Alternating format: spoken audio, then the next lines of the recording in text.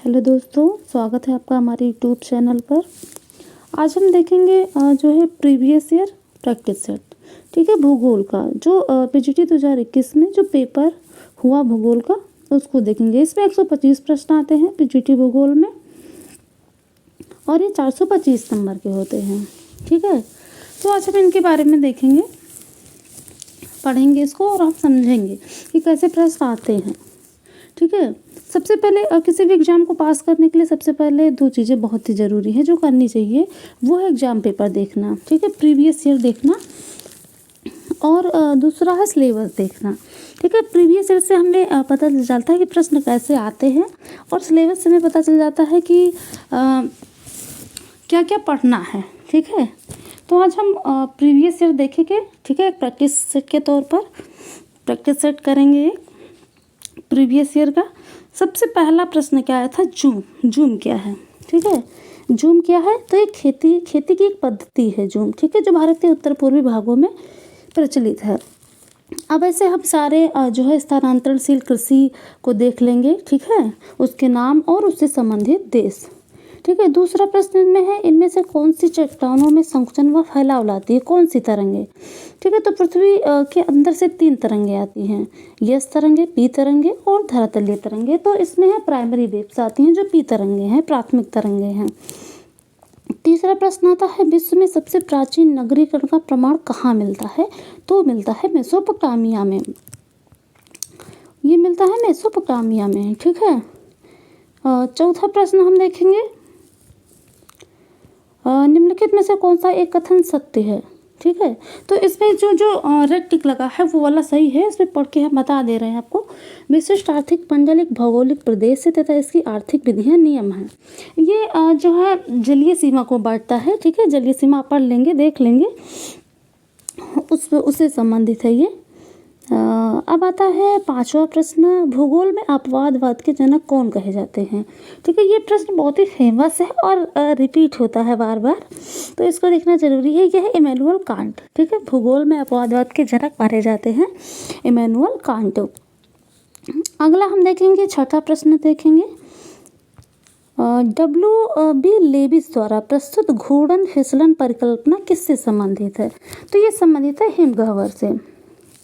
ठीक है, अगला हम देखेंगे, अगला प्रश्न हम देखेंगे 7वां। ठीक है, मिस्र में गर्म व शुष्क हवाओं को क्या कहते हैं? ठीक है, तो ये कहते हैं खमसिन, खमसिन कहते हैं। ठीक है, अब इससे पता चल जाता है कि यहाँ पे जितने भी जो है स्थानीय हवाएं हैं उनको पढ़ लेना है।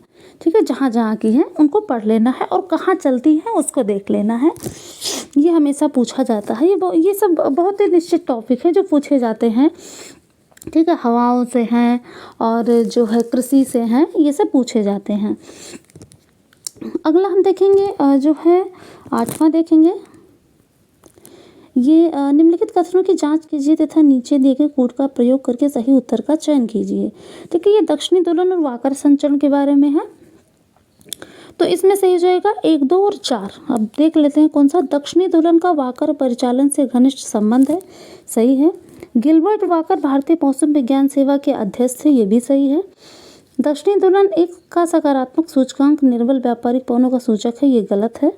दक्षिणी दोलन का नकारात्मक सूचकांक हिंद महासागर में उच्च दाब एवं पूर्वी प्रशांत महासागर में निम्न दाब इंगित करता है, ये सही है। मतलब 1, 2 और 4 इसमें से सही है। अगला देखेंगे 9वां प्रश्न, निम्नलिखित में से भारत के किन जिलों में सबसे बड़ी अभ्रक मेखला है?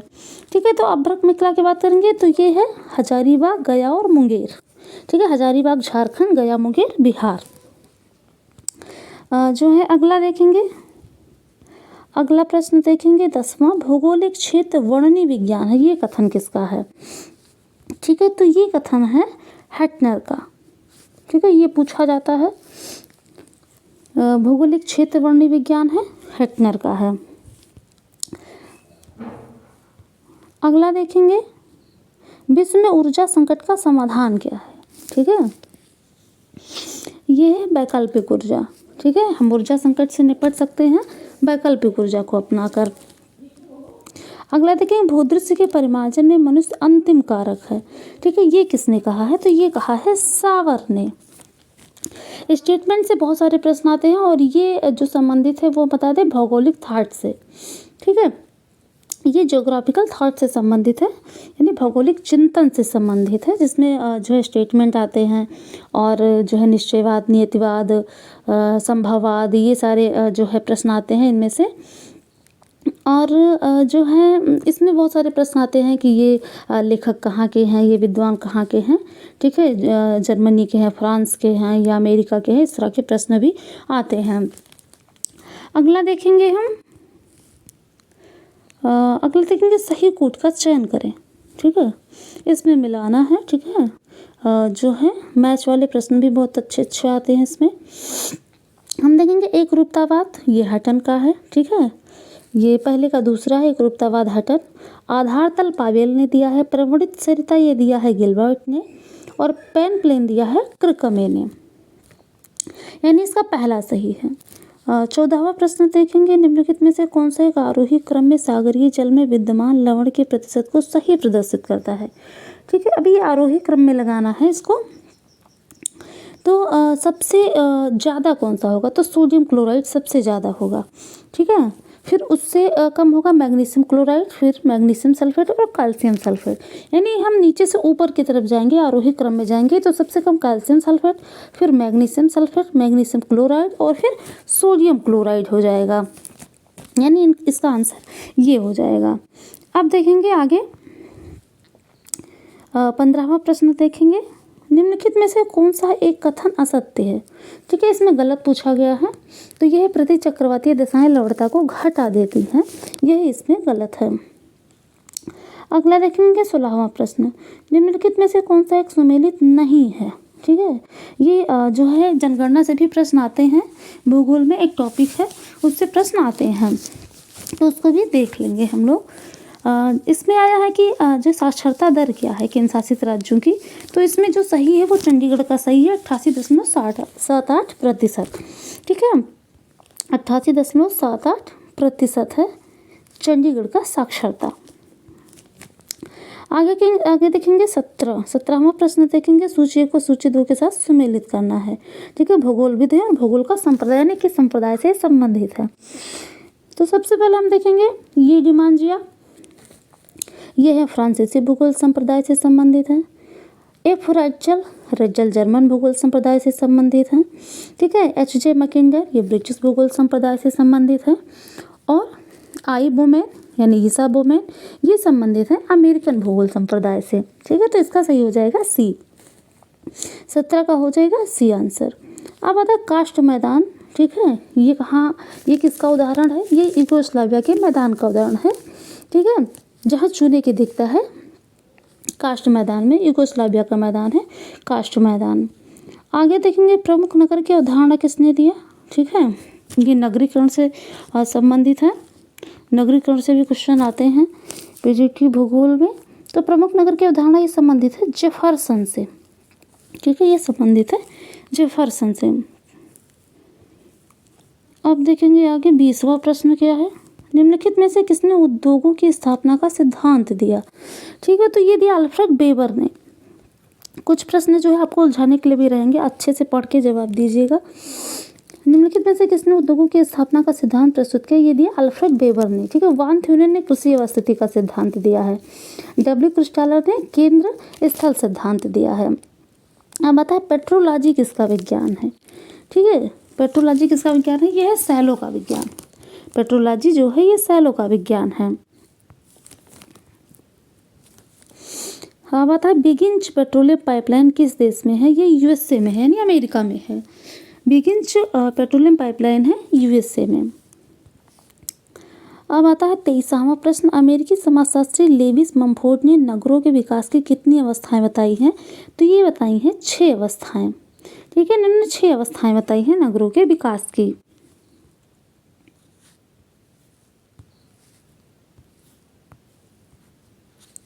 छह अवस्थाएं बताई हैं इन्होंने। अब आगे देखेंगे 24वां प्रश्न देखेंगे। मध्य प्रदेश में चंबल नदी घाटी का उदाहरण है उत्खाद भूमि। ठीक है, बहुत ही ज़्यादा अवनालिका अपरदन होता है चंबल नदी से, ये उत्खाद भूमि के नाम से जानी जाती है चंबल नदी घाटी। आगे देखेंगे 25वां प्रश्न, ओजोन परत अवस्थित है कहाँ? समताप मंडल में है।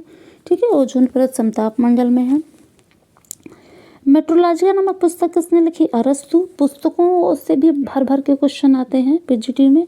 ठीक है, पूछा जाता है ये पुस्तक किसकी है, किस लेखक ने लिखी है। मेट्रोलॉजिया है अरस्तु की। ठीक है, आगे पश्चिमी घाट को इस नाम से भी पुकारा जाता है, 27वां प्रश्न है। ठीक है, इसको देखेंगे।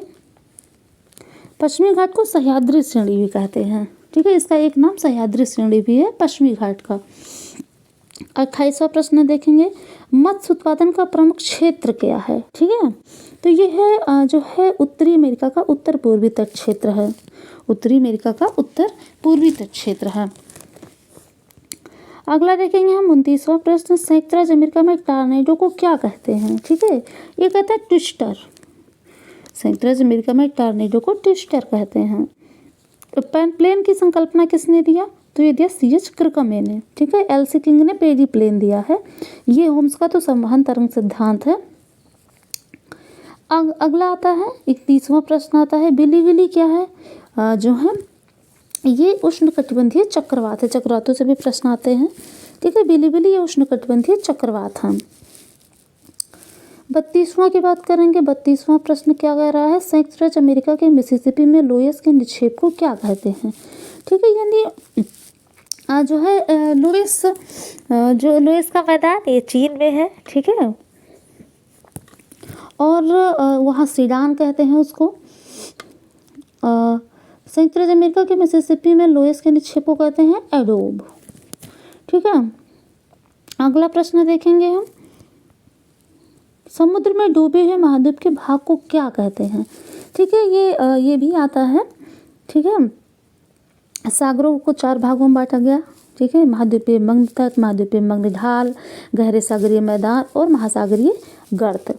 तो समुद्र में डूबे महाद्वीप के भाग को कहते हैं महाद्वीपीय मग्न तट। इसका ढाल 1 से 3 के बीच में होता है। आगे देखेंगे हम, उड़ीसा के सुपर साइक्लोन चक्रवात 1999 के पश्चात, अब यहाँ फिल करना है, चक्रवात में अधिकतम पवन गति मापी गई किसमें? ये फालिन 2013 में जो आया था उसका है। इसका सही हो जाएगा डी आंसर 34 का। अब आता है 35, निम्नलिखित में से कौन सा एक मानव भूगोल का उपागम नहीं है? ठीक है, मानव भूगोल का उपागम नहीं है तो ये तीनों है।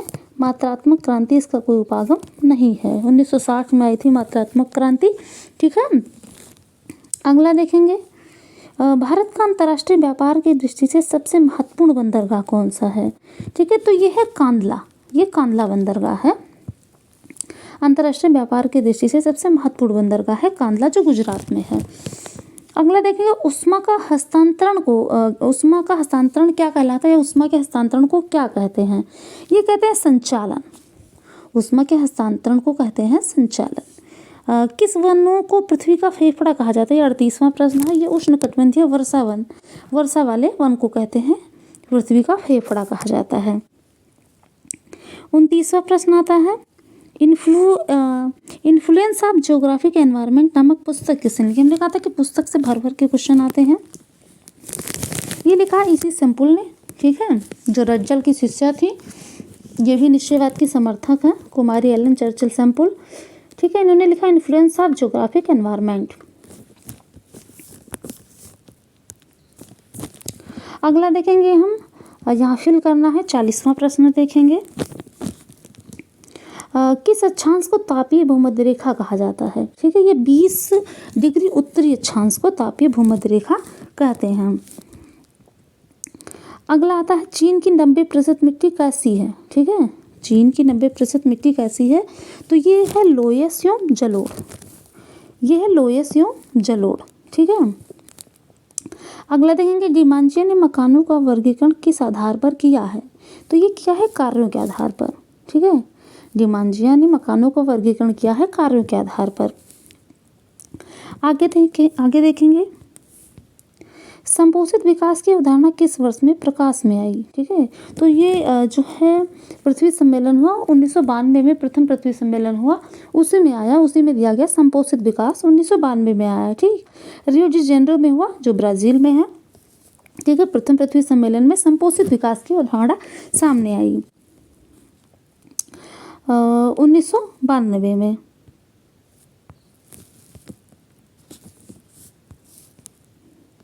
आगे देखेंगे कुजवास क्षेत्र किसके लिए प्रसिद्ध है। ठीक है, तो ये है कोयले के लिए प्रसिद्ध है कुजवास। ठीक है, कुजवास कोयले के लिए प्रसिद्ध है और ये है रूस में, ये है रूस में। अगला आता है आधुनिक समुद्र विज्ञान के प्रणेता कौन है। ठीक है, आधुनिक समुद्र विज्ञान के प्रणेता कौन है, तो ये है जॉन मरे। ठीक है, आधुनिक समुद्र विज्ञान के प्रणेता हैं जॉन मरे। अगला देखेंगे इनमें से किसे भूगोल का जनक कहा जाता है, ये 46वां है। ठीक है, भूगोल के जनक है इरास्टोनीज। सबसे पहले इन्होंने ज्योग्राफी शब्द का प्रयोग किया था। वैसे भूगोल के पिता की बात करेंगे तो भूगोल के पिता हिकैटियस हैं। भूगोल के जनक कौन है, इरास्टोनीज महोदय हैं। 47वां प्रश्न देखेंगे हम, भौगोलिक चक्र समय की वो अवधि है जिसके अंतर्गत एक उत्थित भूखंड अपर्दन के प्रक्रम द्वारा एक आकृति विहीन समतल मैदान में परिवर्तित हो जाता है। ये कथन किसका है, ये कथन है डेविस का। ठीक है, ये डेविस ने कहा है। मैंने कहा कि स्टेटमेंट से बहुत सारे क्वेश्चन आते हैं। ठीक है, तो उसको पढ़ना जरूरी है और ये जो है भौगोलिक चिंतन से भी आते हैं और अन्य जो है अन्य यूनिट से भी आते हैं, जैसे जो है फिजिकल ज्योग्राफी से भी आता है। आगे है 48वां जो प्रश्न है उसको देखेंगे हम। जापान देश के अंतर्गत सबसे बड़ा द्वीप कौन सा है। ठीक है, तो ये है होन्शु द्वीप। जापान का सबसे बड़ा द्वीप है होन्शु द्वीप।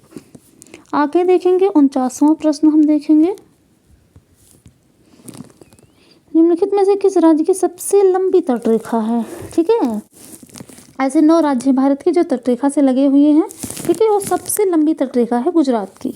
ठीक है, सबसे लंबी तटरेखा किसकी है, गुजरात की है। आगे देखेंगे वितलीय मैदान कहाँ पाए जाते हैं। ठीक है, ये पाए जाते हैं गहरे सागरीय मैदानों में। वितलीय मैदान मिलते हैं गहरे सागरीय मैदानों में। ये समुद्र की बात हो रही है। 51वां प्रश्न है, विश्व का प्रमुख व्यापारिक समुद्री जलमार्ग नहीं है। ठीक है, तो पहला अगर हम देखेंगे सबसे प्रमुख जो व्यापारिक समुद्री मार्ग है वो है संयुक्त राज्य अमेरिका पश्चिमी यूरोप समुद्री मार्ग। दूसरा पश्चिमी यूरोप भूमध्य सागर हिंद महासागर मार्ग। तीसरा उत्तमाशा अंतरीप जल मार्ग। ठीक है, जो बहुत ही मेन नहीं है, प्रमुख नहीं है, वो है पनामा नहर और न्यूजीलैंड महासागर मार्ग। ठीक है, तो इसका हो जाएगा डी। आता है संयुक्त राष्ट्र विकास कार्यक्रम प्रतिवेदन 2015 के अनुसार 188 देशों के मानव विकास सूचकांक में भारत किस स्थान पे है, तो भारत 131वें स्थान पे है। ठीक है, मानव भूगोल का एक टॉपिक है ये। ठीक है, तो जो है मानव विकास सूचकांक उसमें शामिल है। ये प्रश्न आता है उसी से संबंधित है, मानव भूगोल से। ठीक है, अगला देखेंगे सिलेरू ऊर्जा संयंत्र किससे संबंधित है, ये है जल विद्युत शक्ति से संबंधित है। ये जल विद्युत शक्ति से संबंधित है। अगला हम देखेंगे 55वां प्रश्न, निम्नलिखित में से कौन सा एक कथन असत्य है यानी गलत पूछा गया है इसमें से, तो ये ऊपर के तीनों सही हैं। ये नीचे वाला जो गलत है वो है महानगरों एवं सन्नगरों में नगरीय सुविधाओं तथा आधारभूत सुविधाओं की पर्याप्तता है, फलता जीवन आनंददायक है, ये गलत है। अगला देखेंगे 55वां। ठीक है, 55वां प्रश्न क्या कर रहा है, अत्यधिक गहराई परत में जमने वाली मैग्मा को क्या कहते हैं, ये कहते हैं बैथोलिथ। ठीक है, ये कहते हैं बैथोलिथ। द्राक्षा कृषि किससे संबंधित है, ये भी पूछा जाता है। एपीकल्चर किससे संबंधित है। ठीक है, और जो है ट्रक फार्मिंग क्या है, ये सारा पूछा जाता है। द्राक्षा कृषि अंगूरों के उत्पादन से संबंधित है। ठीक है, द्राक्षा कृषि अंगूरों के उत्पादन से संबंधित है। आता टिहरी बांध, ये जो है टिहरी बांध संगम पर स्थित है, यानी किसके संगम पर स्थित है टिहरी बांध, तो ये भागीरथी और भेलांगना के संगम पर स्थित है। ठीक है, भागीरथी और वीलांगना के संगम पर स्थित है टिहरी बांध। और भागीरथी और अलकनंदा के संगम को कहते हैं रुद्रप्रयाग।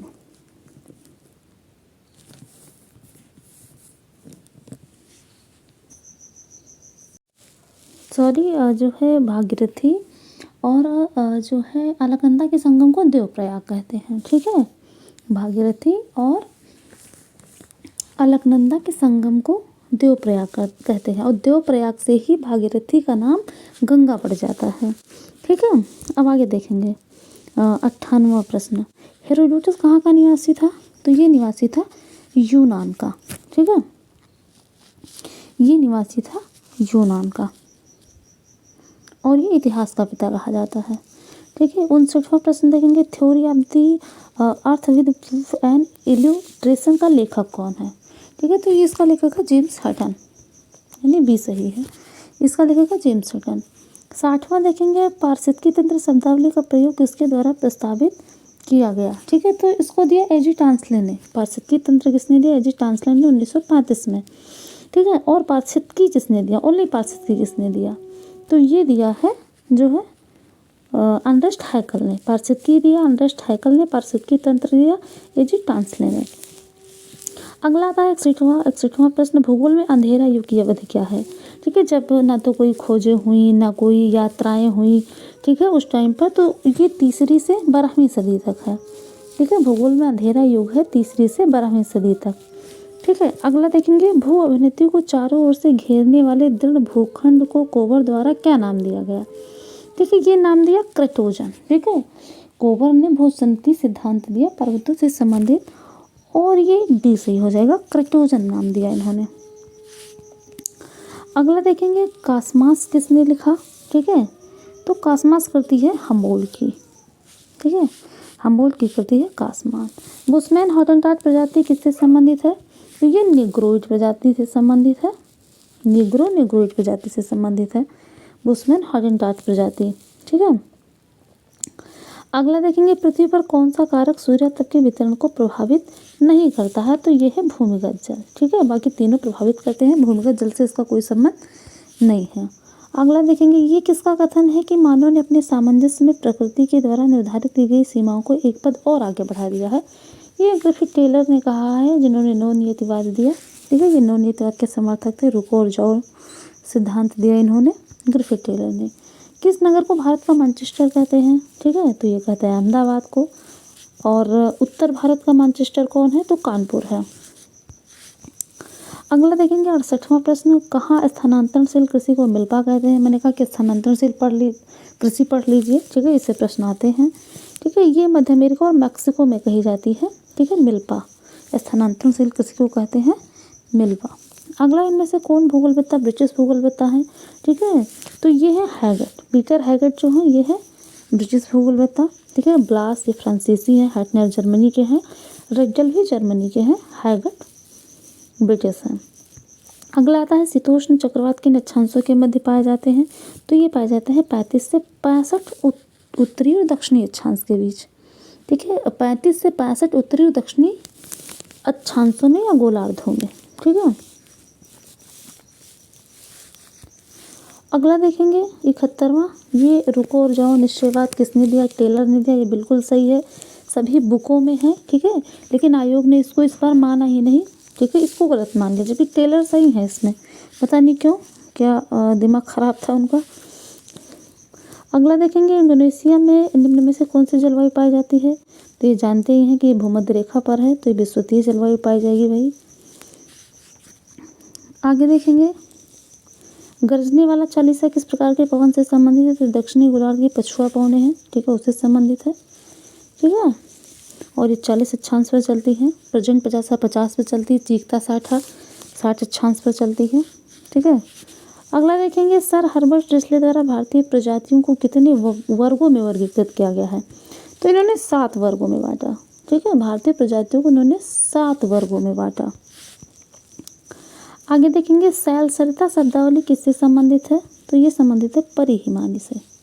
ठीक है, आगे देखेंगे, सार्गेसो सागर किस महासागर का हिस्सा है? तो उत्तरी अटलांटिक महासागर का हिस्सा है सार्गेसो सागर। और ये साकार का सागर कौन सा है? अटलांटिक महासागर है।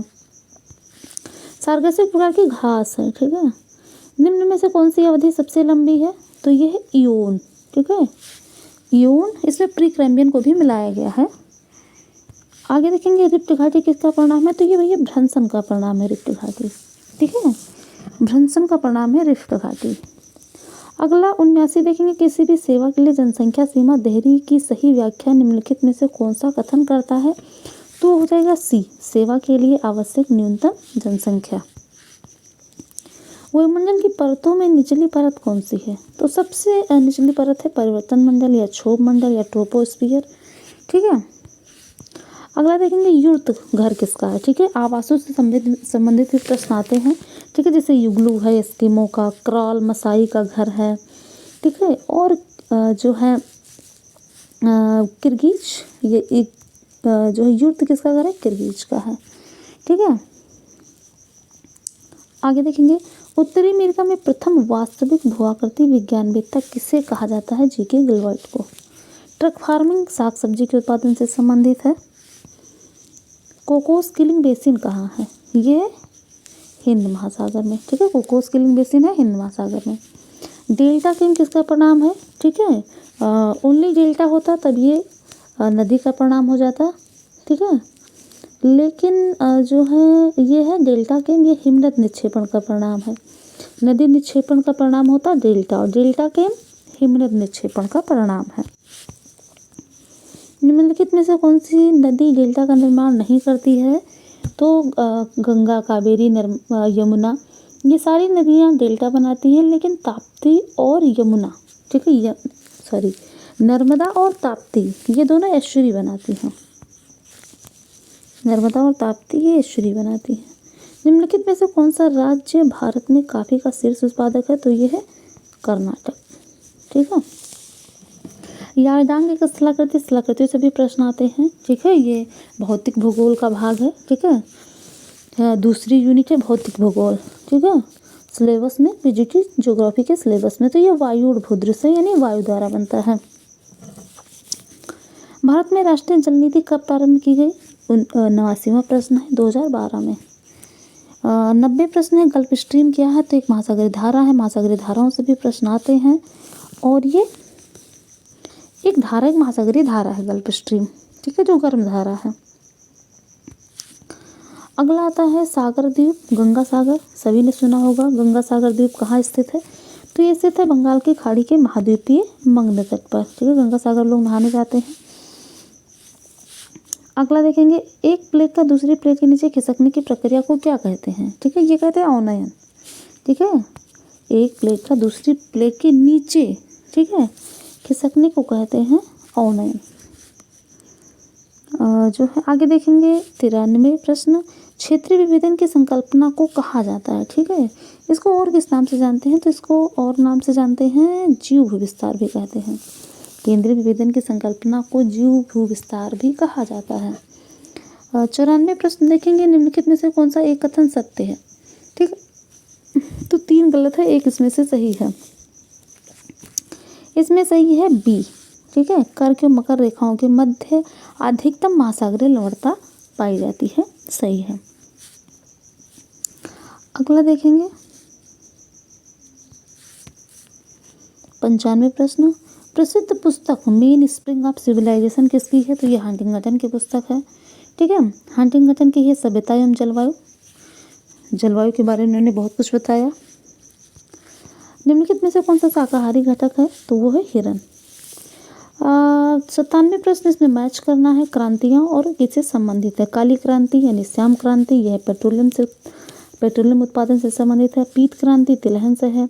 बादामी क्रांति मधुमक्खी पालन से संबंधित है, और वर्तुल क्रांति आलू के उत्पादन से संबंधित है, यानी इसका हो जाएगा सी ऑप्शन, सही हो जाएगा। कालगुरली विख्यात है, ठीक है, किसके लिए प्रसिद्ध है? तो ये स्वर्ण उत्पादन के लिए प्रसिद्ध है, और ये ऑस्ट्रेलिया में है। कालगुरली, कूल कार्डी, ठीक है, ये दोनों स्वर्ण उत्पादन के लिए प्रसिद्ध है, और ये ऑस्ट्रेलिया में है। अगला देखेंगे 99 प्लेट शब्द का प्रयोग किसने किया? ठीक है, स्थिर भूखंड को प्लेट कहते हैं, ठीक है, ये घर वाला प्लेट नहीं जिसमें आप खाते हो, बड़े बड़े स्थिर भूखंडों को प्लेट कहते हैं। ठीक है। मेन 7 प्लेटें हैं। टूजो विल्सन सबसे पहले प्लेट शब्द का प्रयोग किया टूजो विल्सन ने। आगे देखेंगे ये जो है मैच करना, इसको भी खनिज तेल उत्पादक क्षेत्र अन्वेषण वर्ष क्या है उसका, ये देखेंगे। मंगला तेल क्षेत्र जो है ये 2004 में इसका अन्वेषण हुआ। नहर कटिया 1953 में, ठीक है। बदरपुर की बात करेंगे 1954 में। डिगबोई जो असम में है 1889 में, यानी इसका सी ऑप्शन सही है, ठीक है, इसका सी ऑप्शन सही है। आगे देखेंगे पर्यावरण संरक्षण अधिनियम भारत में किस वर्ष लागू हुआ, ये लागू हुआ 1986 में, ठीक है, ये लागू हुआ 1986 में। दिनारिक प्रजाति कहाँ मिलती है, तो दिनारिक प्रजाति मिलती है स्विट्जरलैंड में और ये श्वेत प्रजाति है। पृथ्वी के आंतरिक भाग में ऊष्मा जनन का मुख्य कारण क्या है, यानी ऊष्मा जो उत्पन्न होती है पृथ्वी के अंदर, ठीक है, उसका मेन कारण क्या है, तो उसका मेन कारण है रेडियो सक्रिय पदार्थों तथा गुरुत्व बल के तापीय ऊर्जा में परिवर्तन से। महाद्वीपीय विस्थापन सिद्धांत किसने दिया, ठीक है, ये दिया वेगनर ने 1912 में, ठीक है। ये महाद्वीपों और महासागरों से संबंधित है। गंगा के मैदान एवं दक्कन का पठार के मध्य निम्न में से कौन सा पर्वत आपस में बांटने का काम करता है, ठीक है, यानी विंध्य पर्वत गंगा के मैदान को दक्कन के पठार को अलग कर देता है, ठीक है, तो यह है विंध्य पर्वत। 106 प्रश्न आ गया, ठीक है, ये अभिकथन और कारण से संबंधित है, ठीक है। अभिकथन हम देखेंगे सबसे पहले। तिब्बत पठार के ऊपर क्षोभ मंडल के मध्य भाग पर 500 मिलीबार स्तर पर तापीय प्रति चक्रवातीय दशाएं ग्रीष्मकालीन मानसून के समय उत्पन्न होती हैं, ये बिल्कुल सही बात है, ठीक है। और कारण देखेंगे, तिब्बत पठार उच्च तलीय ऊष्मा के स्वरूप में कार्य करता है। तिब्बत पठार उच्च तलीय ऊष्मा स्रोत के रूप में कार्य करता है, ये भी बिल्कुल सही है, यानी ये यार दोनों सही है और आगे की सही व्याख्या है। आगे देखेंगे 107वां प्रश्न, वातावरण नियतिवाद की विचारधारा का जन्म कहाँ हुआ था, तो ये जर्मन संप्रदाय से है नियतिवाद, ठीक है, जर्मनी में इसका उद्भव हुआ। अब आता है 108वां प्रश्न, नीली क्रांति से क्या से यानी किससे संबंधित, तो ये मछली उत्पादन से संबंधित है नीली क्रांति।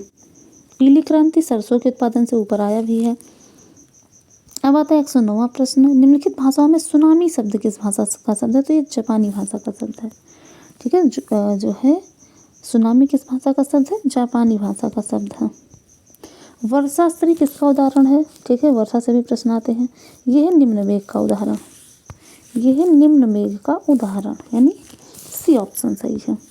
भारत में वर्ष में सर्वाधिक वर्षा होती है, ठीक है, भारत में भी वर्षा की अनिश्चितता भी है और वितरण में भी असमानता है, ठीक है, कहीं 25 सेंटीमीटर से भी कम बारिश, कहीं 200 सेंटीमीटर बारिश।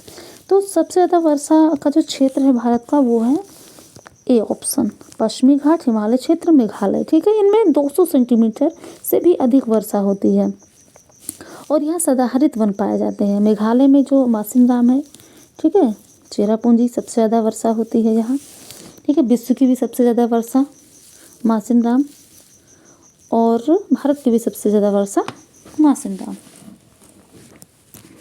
आगे देखेंगे उष्णकटिबंधीय सदाबहार वन का कौन सा क्षेत्र है, ठीक है, तो अभी मैंने बताया कि सदाहरित वन वहीं पाए जाएंगे जहाँ बारिश होगी ज़्यादा, ठीक है, वो है पश्चिमी घाट, ठीक है। अब आता है 113 सियोराय पहाड़ियाँ कहाँ स्थित है, ये तमिलनाडु में स्थित है। फिर आता है लेखक का नाम, पुस्तक का नाम, 114वां प्रश्न आता है, ठीक है, इसमें कौन सा सही नहीं है, निम्नलिखित में से कौन सा युग में ठीक से मेल नहीं खाता है, तो AC दास की पुस्तक the geographic of Rigvedic India नहीं है, ठीक है, ऊपर के तीनों सही हैं। आगे देखेंगे 115, महासागरों का औसत वार्षिक तापमान क्या है, ठीक है, तो अगर इसमें फ़ारेनहाइट में दिया गया है तो 63 फ़ारेनहाइट हो जाएगा, ठीक है, और सेल्सियस में बात होता है तो 17 सेल्सियस है, ठीक है, औसत वार्षिक तापमान महासागरों का। जैव विविधता हॉटस्पॉट शब्दावली का प्रयोग सर्वप्रथम निम्न में से किसके द्वारा किया गया, इसको किया नॉर्मन मायर ने, ठीक है, सबसे पहले जैव विविधता हॉटस्पॉट, ठीक है, शब्द का प्रयोग किया नॉर्मन मायर ने। विश्व में 117वां प्रश्न है, विश्व में निम्न में से किस देश में सर्वाधिक यौन अनुपात पाया जाता है, यानी स्त्री पुरुष अनुपात, यह है सोवियत रूस में, ठीक है। 118वां प्रश्न देखेंगे, द पीपुल ऑफ इंडिया के लेखक कौन है, तो ये हैं sir Harvard Risley. The people of India के लेखक हैं सर हर्बर्ट रिस्ले। एंथ्रेसाइट क्या है? ये कोयले का प्रकार है। ठीक है, एंथ्रेसाइट के कोयले का प्रकार है। 120वां प्रश्न देखेंगे, निम्नलिखित में से कौन सा एक सीमेंट कारखाना सुमेलित नहीं है? ठीक है, महाराष्ट्र चंद्रपुर ये सही है। छत्तीसगढ़ मोदीग्राम सही है। ठीक है, मध्य प्रदेश में विक्रमनगर सही है, लेकिन झारखंड में बंजारी नहीं है, ये गलत हो जाएगा। कोपेन की स्कीम के अनुसार BHWH प्रकार की जलवायु कहाँ पाई जाती है? तो ये पाई जाती है राजस्थान में।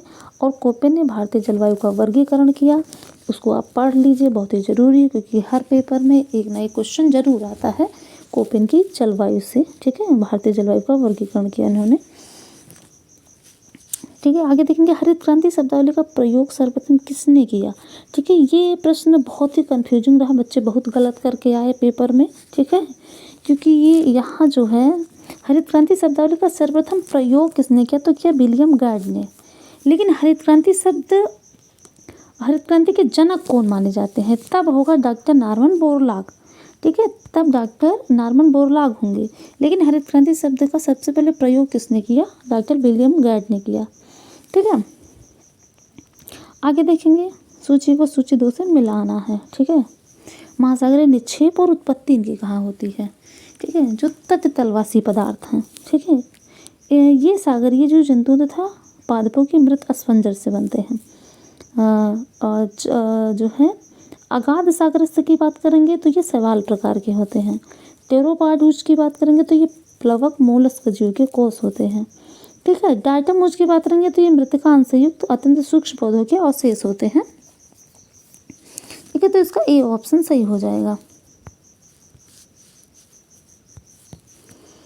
आते देख विस्तार में भूमि से निक्षेप कहाँ मिलता है? तो ये मिलता है पूर्वी द्वीप समूह के समीप में।